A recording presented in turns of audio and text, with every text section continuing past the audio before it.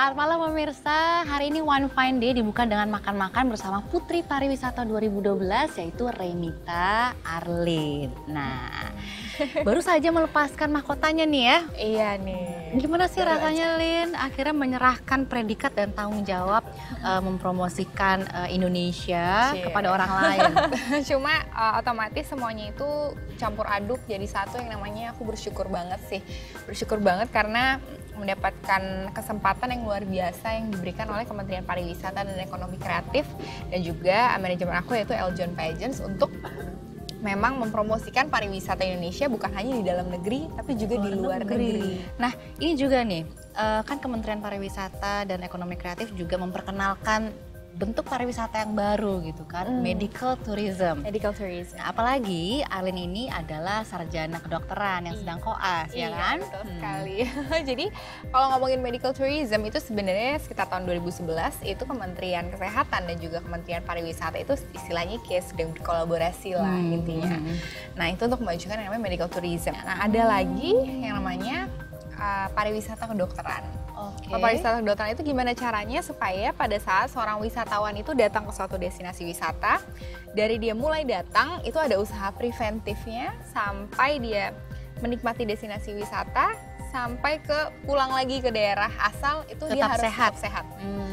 Nah Indonesia itu sebenarnya kalau misalnya dibandingin dengan Singapura, itu Singapura kan sekarang adalah wisata kedokteran yang memang udah maju. Iya. Orang Indonesia pun bahkan memang banyak yang notabene-nya pergi ke Singapura untuk berobat. Nah seperti itu sebenarnya wisata kedokteran. Nah di Indonesia sendiri yang sedang berkembang adalah Jakarta dan Bali.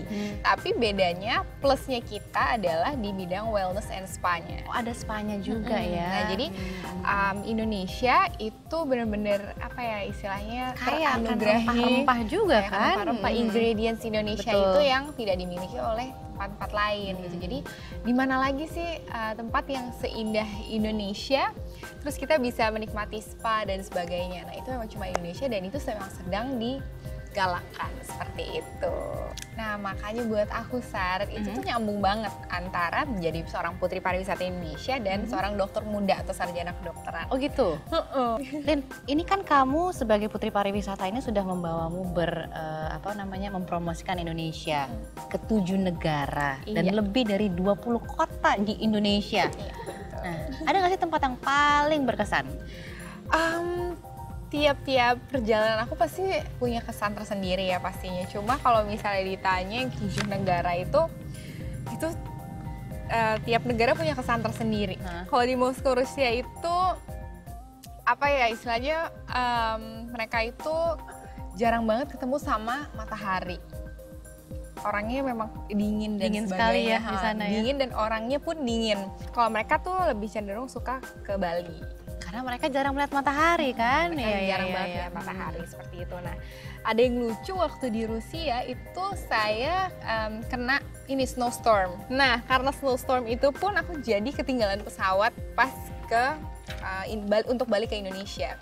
Jadi waktu itu pesawatnya itu harus transit dulu di Dubai. Nah, karena ketinggalan pesawat selama 1 hari, kita malah bisa jalan-jalan di Dubai. Aku ngabisin 1 hari doang di sana sendirian, nggak pakai tour and travel, nggak pakai guide. Itu aku bisa bener-bener explore satu persatu gitu sampai ke museumnya, ke Burj Khalifa, dan semuanya itu kayak apa ya istilahnya sampai ke Palm Islands juga. Jadi di sana itu ada istilahnya tata kotanya itu ada tata kota yang ini hanya untuk business district, ada yang untuk media, ada yang untuk airport dan sebagainya. Jadi sudah di ini ya infrastrukturnya memang sudah di seperti itu dan ujung-ujungnya kita sempat dikasih tahu bahwa di Palm Islands itu kan yang di istilahnya waterfront di situ juga bagus banget. Jadi mereka sekarang lagi bikin yang namanya The Island of the World. Nah pemirsa, saya dan Arin juga masih akan membahas tentang pariwisata di Indonesia. Namun sebelumnya jangan lupa untuk memfollow Twitter account kami di @onefinance_tv karena Anda bisa menangkan 2 buah jam tangan travel dari Time International. Kami segera kembali.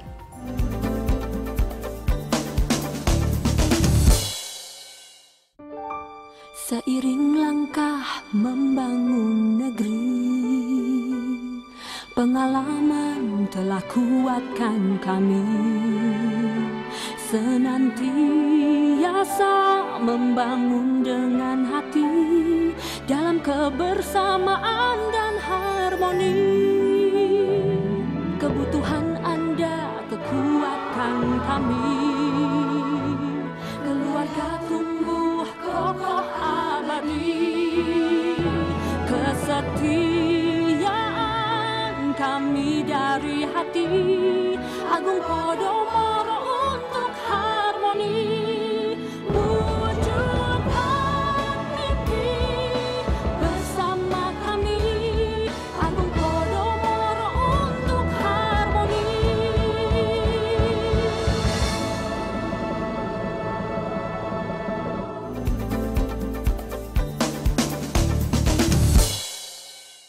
Ya pemirsa, masih bersama saya dan Arlin, Putri Pariwisata 2012, dan kita juga masih menemani Anda membahas seputar pengalaman Arlin traveling dan juga mempromosikan pariwisata Indonesia, gitu ya. Nah, kalau tadi kan kita udah denger ya pengalamannya Arlin seputar tugasnya ketika di luar negeri. Di luar Nah, negeri. tentunya kita juga pengen tahu nih, ketika bertugas di Indonesia, pasti ada tempat favorit kan ya? Tahun kemarin itu aku sempat mengeksplor ke Kalimantan. Oh iya? Nah di Kalimantan itu aku ke Taman Nasional Tanjung Puting Oh iya? dan aku tinggal di Klotok. Klotok tuh apa tuh Klotok coba? itu Mungkin pemirsa di perahu. rumah juga ada yang nggak tahu gitu. Iya, Klotok itu perahu yang dibuat dari kayu dan bunyinya tuh kalau jalan tok tok tok tok tok. Oh, makanya Jadi namanya namanya klotok gitu. Klotok. Nah, Iya, iya, itu iya. dulu memang bunyi-bunyi gitu, tapi sekarang itu udah convenient banget. Selama 5 hari itu kita menyusuri sungai namanya Sungai Sekonyer. Kita pergi ke 3 camp. Salah satu yang paling mengesankan buat aku adalah Camp Liki. Camp Liki itu dulunya Julia Roberts itu pernah ke sana dan bikin film tentang orang utan. Kita tiap ke sana, tiap kali kita ke camp-camp itu, kita benar-benar istilahnya dikasih bekal pengetahuan juga tentang gimana sih caranya how to keep our tourism itu sustainable gitu. Take only photographs and leave nothing but footprint. Ini Arlin, kalau menjadi Putri Pariwisata tentu tugas utamanya kan mempromosikan pariwisata di Iya. Indonesia. Nah, menurut Arlin apa sih yang membuat turis mancanegara ini meningkat di tahun 2012 sekitar Iya, 5,16% kan dibandingkan 2011 gitu. Iya, Nah, itu betul apa sekali. tuh kira-kira? Sebenarnya banyak. Kalau misalnya kita berbicara tentang Indonesia, we have 5 wonderful things about Indonesia. Jadi mulai dari wonderful nature, wonderful culture, wonderful culinary, wonderful people, dan juga wonderful value for money. Value for money. Value Oh for iya. money-nya. Nah, mereka-mereka yang datang ini sukanya apa sih tentang Indonesia? Itu yang pertama adalah kulinernya, dan yang kedua adalah mereka datang ke sini tuh benar-benar buat explore Indonesia. Itu benar-benar buat istilahnya outdoor. Outdoor activity. Outdoor activity-nya apa sih yang difokuskan? Ternyata mereka itu memang cenderung ke wisata air. Kalau misalnya ke barat itu mungkin kita lebih cenderung kayak mancing, snorkeling dan sebagainya. Tapi kalau wilayah timur Indonesia itu kayak mutiaranya Indonesia. Jadi begitu kita diving, Pasti diving itu ya. baru kelihatan betapa Bawah laut. indahnya Indonesia. Apalagi 75%, 75% of coral reefs from all over the world itu ada di Papua. Nah, Coral Triangle juga yes. di sana gitu. Terus juga waktu itu sempat aku Australia, orang-orang Australia itu cenderung mereka lebih suka surfing.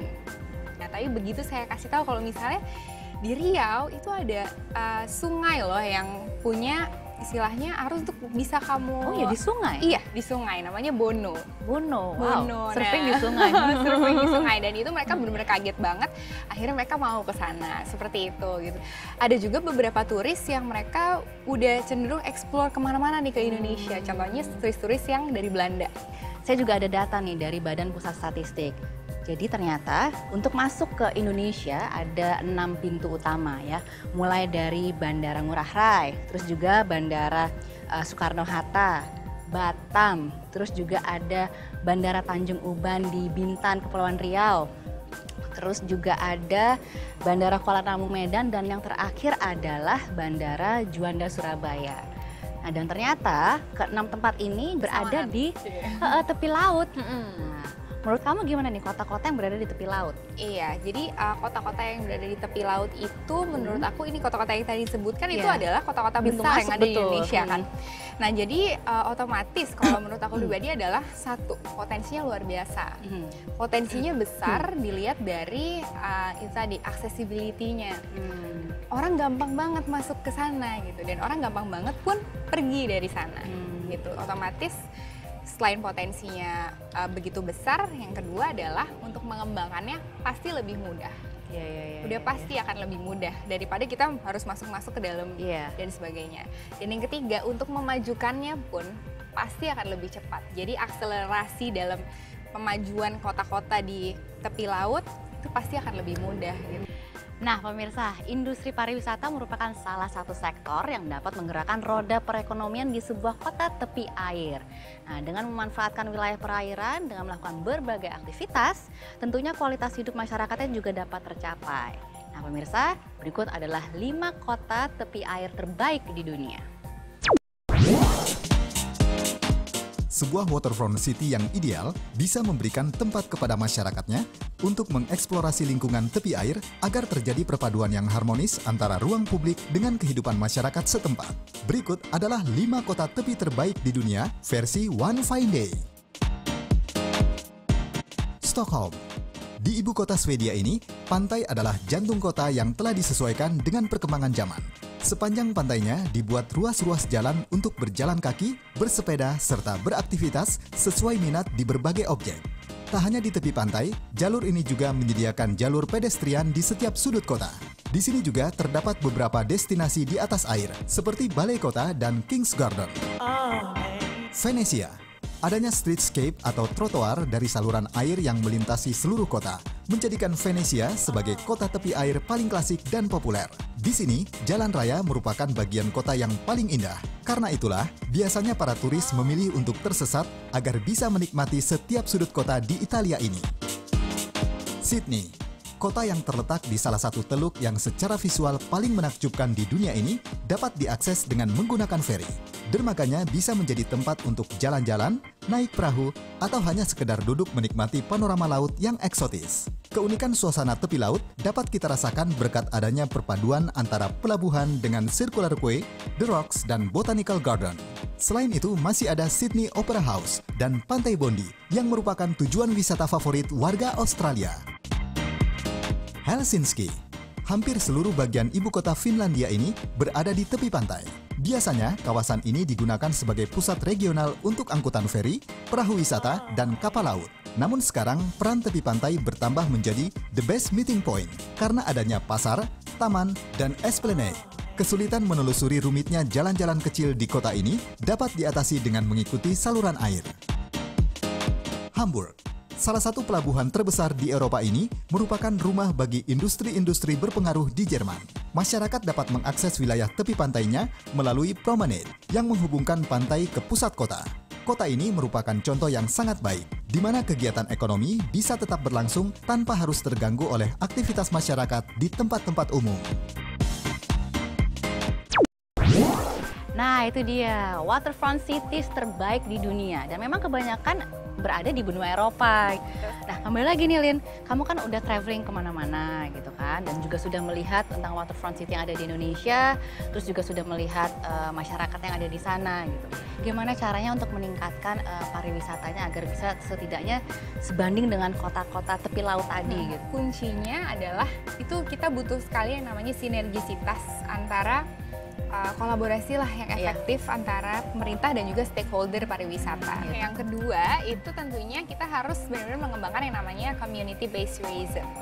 Gitu. Jadi istilahnya adalah suatu destinasi wisata itu butuh masyarakat sekitarnya dan masyarakat sekitarnya pun nanti akan mendapatkan manfaat dari destinasi wisata itu. Dan yang ketiga selanjutnya itu adalah nanti pariwisata itu akan menjadi sustainable. Nah itu how to keep the tourism itu kita harus terus-menerus sustainable. Jadi jangan sampai kita datang ke suatu destinasi wisata, begitu kita tinggalin destinasi wisata itu udah nggak bisa lagi kita kita udah nggak punya kenangan lagi di sana gitu, istilahnya seperti itu. Nah yang terakhir ini juga agak sangat penting sih karena ini kuncinya, it's the people gitu. Jadi Iya. mau sebagus apapun misalnya fasilitasnya, fasilitas pun yang bikin orang-orangnya, Iya. people-nya. Yang merawat fasilitas itu semua itu pun orang-orangnya Orang-orangnya. gitu. Yang mau nantinya istilahnya kita mau mengarah kemana nih, mau dibawa kemana sih Indonesia, itu orang-orangnya. Dan terakhir kita juga harus we have to be able to serve the people, balik lagi. Iya. betul Arlin, sekali. terima kasih atas waktunya ya. Sama-sama. Dan tentunya informasinya sangat bermanfaat sekali untuk saya maupun pemirsa yang di rumah. Iya. Nah pemirsa, semoga pariwisata di Indonesia ini dapat terus berkembang dan menjaring banyak turis datang ke Indonesia sehingga dapat meningkatkan devisa untuk kemakmuran rakyat. Ya pemirsa, besok saya udah ada janji sama Pak Indra Wijayantono dan masih akan membahas seputar waterfront city yang ada di Indonesia. Namun sebelumnya saya mau mengingatkan Anda untuk memfollow Twitter account kami di @onefinance_tv karena Anda bisa memenangkan 2 buah jam tangan travel dari Time International. Kami segera kembali.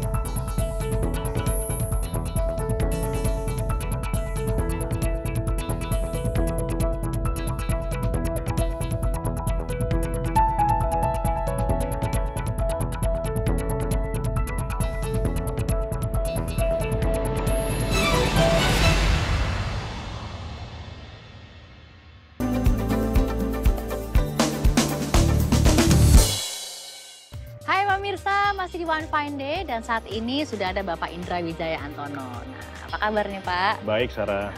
Pak, ini kalau kita melihat suasana laut seperti ini ya Pak ya, saya jadi inget nih, Baywalk Mall yang ada di Green Bay Pluit itu kan Iya. baru diresmikan minggu lalu ya Pak ya? Betul sekali ya, memang 1 minggu yang lalu itu kita meresmikan ya dalam arti memperkenalkan, tapi daripada kawasan Green Bay Pluit dengan ditunjang satu lagi adalah Baywalk. Baywalk Nah, ya. Baywalk ini adalah areal komersial, ada menghadap ke laut dan juga ada garden 3 hektar yang kita kembangkan di pinggir laut itu sendiri gitu loh.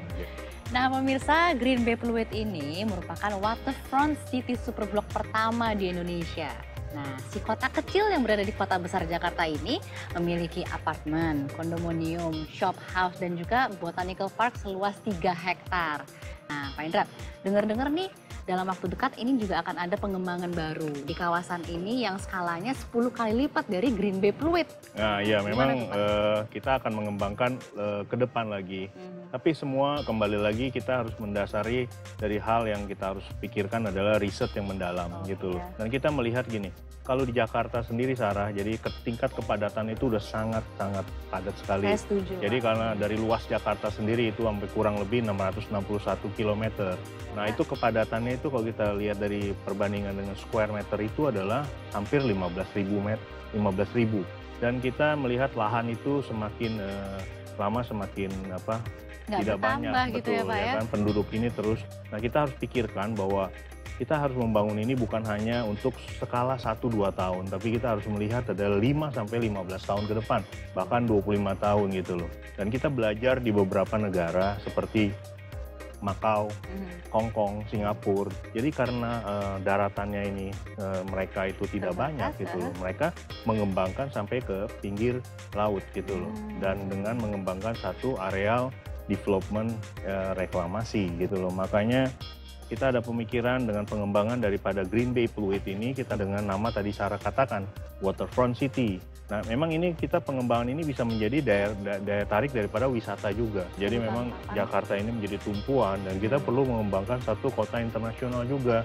Sehingga kita bisa menaikkan Jakarta ini menjadi satu kota destinasi yang begitu terintegrasi, rapi, bersih, tertata dengan baik. Karena di planning dari awal gitu loh ya kan, tapi tanpa mengganggu kota yang memang sudah ada gitu loh.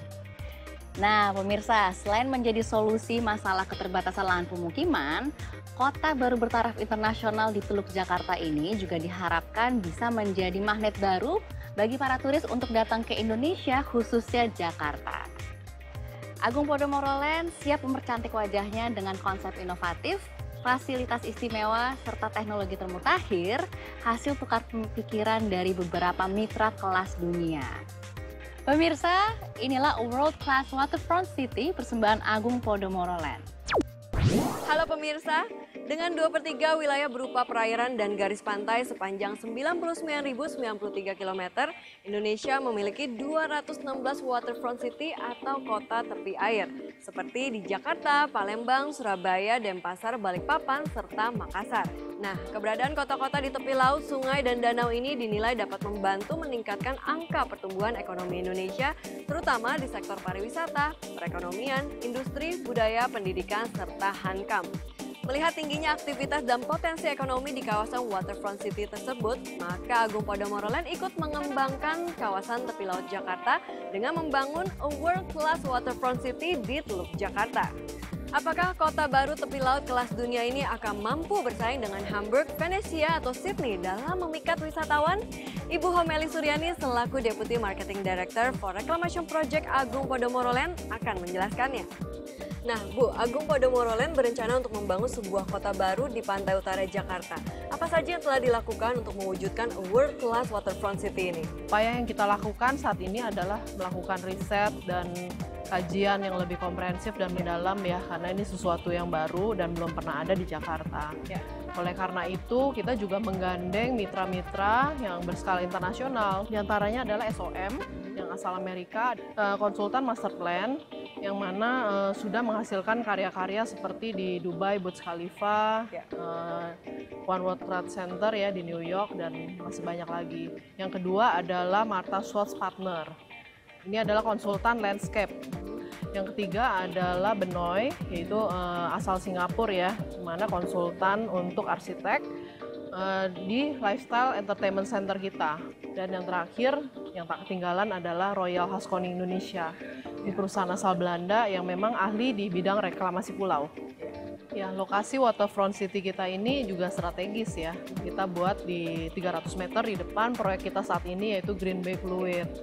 Nah, di samping itu untuk mewujudkan World Class Waterfront City, kita juga melakukan research mengenai teknik pembuatan pulau yang paling cocok diterapkan di Jakarta, Indonesia ini. Karena sebagai negara tropis. Betul, negara tropis, curah hujan tinggi, makanya kita putuskan untuk memakai sistem timbunan, sandfill, yang mana tanah lunak dan pasir itu dipadatkan dengan teknologi mutakhir sehingga untuk menghindari penurunan tanah. Ya.